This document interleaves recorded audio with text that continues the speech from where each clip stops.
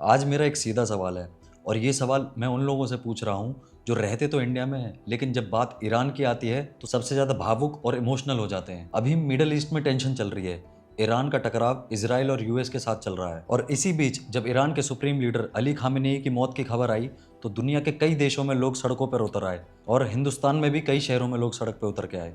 श्रीनगर के लाल चौक एरिया में, हैदराबाद, मुंबई, दिल्ली, लखनऊ जैसे इलाकों में भी लोग सड़कों पे उतर के आ गए और वो लोग प्रोटेस्ट और शोक रैलियां निकाल रहे थे। लेकिन मेरा सवाल बाकी देशों में रहने वाले लोगों से नहीं, हिंदुस्तान में रहने वाले लोगों से है। अगर कल को मान लो हाइपोथेटिकली इंडिया और ईरान के बीच में वॉर हो जाए तो आप किसका साथ दोगे, इंडिया का या फिर ईरान का?